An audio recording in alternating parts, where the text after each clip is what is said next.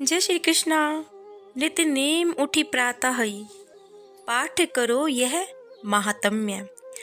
तुम मेरी मन कामना पूर्ण करो हे प्रभु। मंगसर छठी हेमंत ऋतु, मनोहर किया बखान। स्तुति चालीसा महात्म्य शिवहि, पूर्ण कीन कल्याण।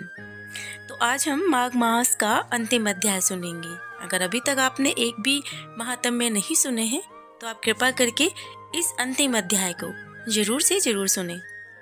वशिष्ठ मुनि कहने लगे कि हे राजा दिलीप, बहुत से जन समूह सहित अछोत सरोवर में स्नान करके सुखपूर्वक मोक्ष को प्राप्त हो गए।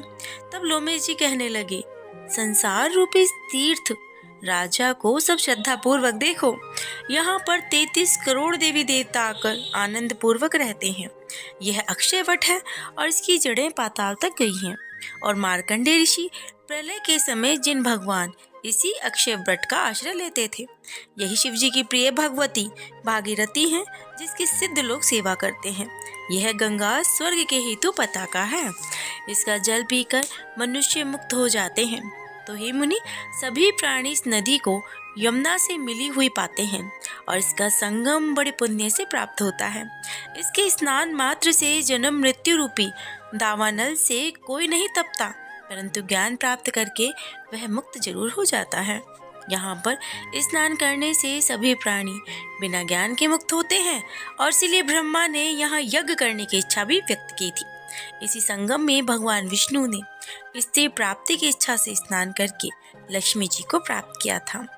और यहीं पर त्रिशूलधारी शिव जी ने त्रिदैत्य को मारा और प्राचीन काल में उर्वशी स्वर्ग से गिरी थी तथा स्वर्ग को पाने की इच्छा से यहाँ पर ही उसके स्नान करने से नहुष कुल के राजा ययाति ने वंशधर पुत्र प्राप्त किया था। यहीं पर इंद्र ने प्राचीन काल में धन की इच्छा से स्नान किया था और माया से कुबेर के सब धन को प्राप्त किया था। प्राचीन काल में नारायण तथा नर ने हजारों वर्ष तक प्रयाग में निराहार रहकर उत्तम धर्म किया था। यहाँ पर जैगशव्य सन्यासी ने महादेव जैसी शक्ति वाले से विजय पाई तथा अणिमा आदि योग के अति दुर्लभ ऐश्वर्य को प्राप्त किया था। और इसी क्षेत्र में तपस्या करके श्री भारद्वाज सप्तऋषियों में सम्मिलित हुए थे। जिन्होंने भी यहाँ स्नान किया सबको स्वर्ग की प्राप्ति हुई और इसीलिए हमारे विचार से तुम त्रिवेणी में स्नान करो। इस स्नान के पहले किए हुए तुम्हारे सब पाप नाश हो जाएंगे और संपूर्ण वैभव को तुम प्राप्त कर सकोगे।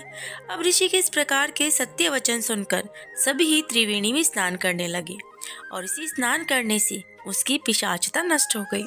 शाप से विमुक्त होकर उन्होंने अपना शरीर धारण कर लिया और वेद निधि ने अपनी संतान को देखकर प्रसन्नचित होकर के लोमेश जी को संतुष्ट किया और कहा कि आपके अनुग्रह से ही श्राप से मैं विमुक्त हुए हूँ।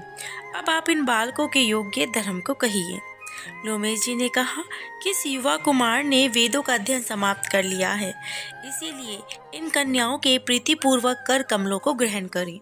तब लोमेश जी तथा कमलों को ग्रहण करें।